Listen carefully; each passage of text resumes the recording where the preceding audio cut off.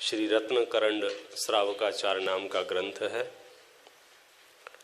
पंडित सदासुखदास जी की टीका है और गुरुदेव श्री का प्रभावना योग है। और हम होशो हवास में हैं,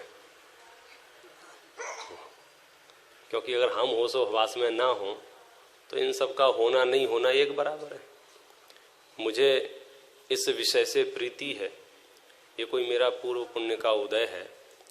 पुरुषार्थ पूर्वक वस्तु का स्वरूप समझकर अपने श्रद्धान को, अपने ज्ञान को मैं ऐसा ही बना सकूं जिससे ज्ञानियों की परिणति मेल खाए, तो कहने ही क्या।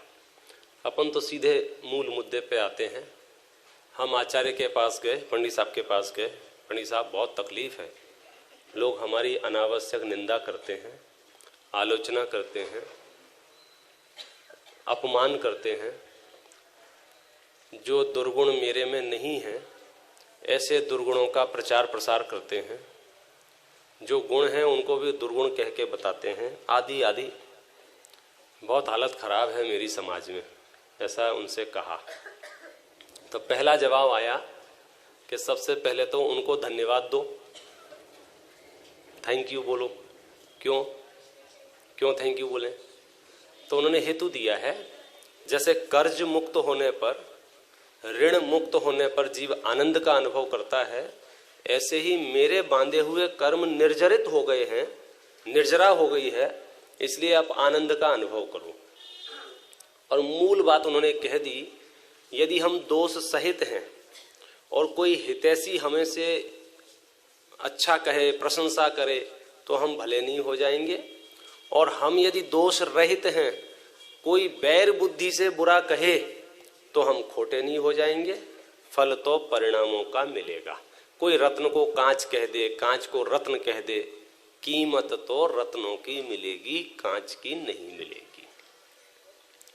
दूसरी बात उन्होंने पूछा, अच्छा बताओ तुम्हारे साथ क्या हुआ? तो हमने कहा साहब दुर्वचन कहे। अरे बेटा फिर तो कुछ भी नहीं हुआ है। लोग तो इतने तीव्र कसाई होते हैं कि मारने पीटने लग जाते हैं। और जब ये कषाय उत्पन्न होती है फिर वो ये विचार नहीं करती है मैं कहाँ हूँ, कैसा हूँ। पूज्य आदि पुरुषों का भी विचार नहीं करती। कषायों का वर्णन आप सब परिचित हैं ही।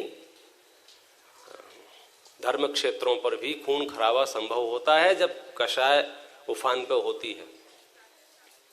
तो उन्होंने कहा कि तुम्हें दुर्वचन ही कहे है ना, तुमको मारा पीटा तो नहीं है ना, भाग्यशाली हो, बच गए। स्टेप और एक आगे बढ़ा दिया, मारा पीटा हो तो मारा ही पीटा तो है, थोड़ा सा खून ही तो निकला है, 2-4 दिन में ठीक हो जाएगा, टेंशन क्यों ले रहे हो? जान तो नहीं ली। लोग तो प्राण रहित कर देते हैं, ऐसे ऐसे तीव्र कषाई हैं। और कदाचित प्राण रहित करने वाले शत्रुओं का भी प्रसंग बन गया हो तो आचार्य क्या कहते हैं, जाना तो था ही। देखो तुमको कल रात की 9 बजे की तो टिकट है ही, और 2 घंटे पहले कोई गाड़ी जा रही है तो चले जाओ ना बैठ के उसके लिए। नहीं हम तो 9 बजे जाएंगे, क्या मतलब है? या तो नहीं जाना हो भाई, आप नहीं जाएंगे, ऐसी कोई व्यवस्था हो तो फिर अलग विषय है। जाना तो पक्का है ना। बचपन से ही पढ़ी ना, राजा राणा छत्रपति हाथिन के असवार, मरना सबको एक न एक दिन, अपनी अपनी बार। इतना तो हमने समझ लिया है ना। तो जाना तो है ही। तो अगर कोई प्राण रहित भी कर रहा हो तो इतना ध्यान रखना कि धर्म छोड़ने से अच्छा है प्राण छोड़ देना। धर्म सुरक्षित रहेगा तो जहां प्राण मिलेंगे वहां जुगाड़ करेंगे। कौन से प्राण छोड़ने की बात चल रही है? द्रव्य प्राणों की। भाव प्राण तो अपन छोड़ नहीं सकते हैं, क्योंकि वो तो मेरी स्वरूप संपदा है, उसका तो परित्याग कैसे होगा। तो 2 विधियों से हमको सेटल किया। पहले तो ये कहा कि उनको धन्यवाद बोलो, निर्जरा हुई है, क्रम क्रम से यहाँ तक ले गए।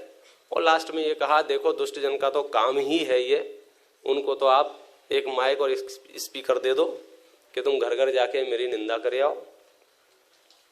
मेरा धन छीनना हो मेरा धन छीन लो, मेरा पद चाहिए हो मेरा पद ले लो। इतनी निष्प्रहता अंदर में हो तो फिर उत्तम क्षमा पलती है और फिर वो उत्तम क्षमा आपको सिद्ध सला तक ले जाके छोड़ेगी। क्योंकि शुरुआत में कहा था मोक्ष जाना है कि हाँ मोक्ष जाना है, तो ये क्षमा साथ में रखो, ये बहुत काम आएगी। और इधर उधर किसी से उलझना नहीं।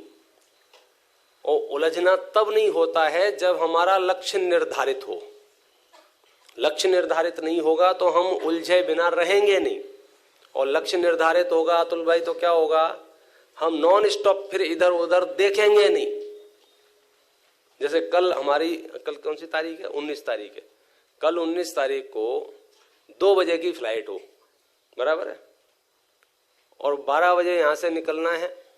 1 बजे हम वहां पहुंचेंगे, 1 घंटा हमको वहां चाहिए, और ले देके निकलते निकलते 12:15 हो जाए यहां से। आप बोलो किस स्पीड से जाएंगे? अचानक से कोई आपका मित्र आ जाए मिलने के लिए, फिर आप क्या कहेंगे?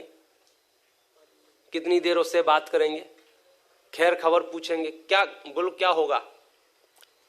मैं बाद में मिलता हूं, मैं बाद में मिलता हूं। अरे 2 मिनट सुन लो, 2 मिनट नहीं, मेरे पास टाइम नहीं है, मेरी फ्लाइट छूट जाएगी। आप उससे 2 मिनट बात नहीं कर सकते हैं? क्या बोलोगे? तू फोन कर, मैं फोन पे बात करता हूं।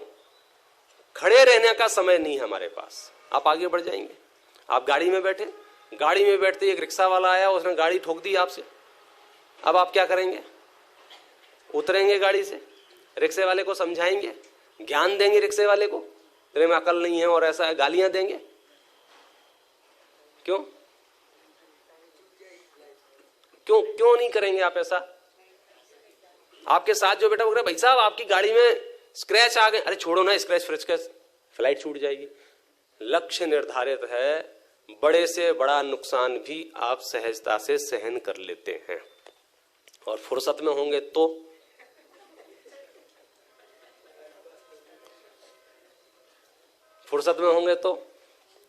फिर पूछो मत। फिर तो हम कहीं भी किसी भी बात को निमित्त बनाकर क्रोध कर सकते हैं, मान कर सकते हैं, मायाचारी कर सकते हैं, मतलब फिर उसकी कोई लिमिट नहीं है।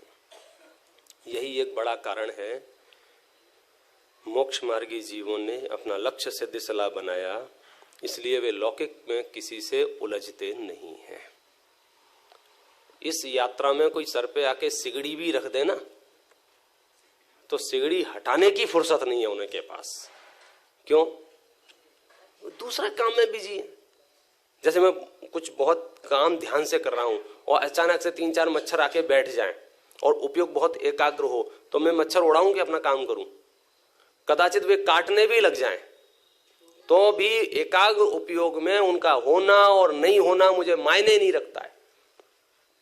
ये सारे फुर्सत की कवायदे हैं। माने जिनका लक्ष्य निर्धारित नहीं है वे कभी भी कहीं भी किसी से भी उलझ के अपने ज्ञान उपयोग को बर्बाद कर सकते हैं। और जिनका लक्ष्य निर्धारित है वो धीरे से पतली गली से खिसक जाएंगे। और वो उपाय यही है। एक इसमें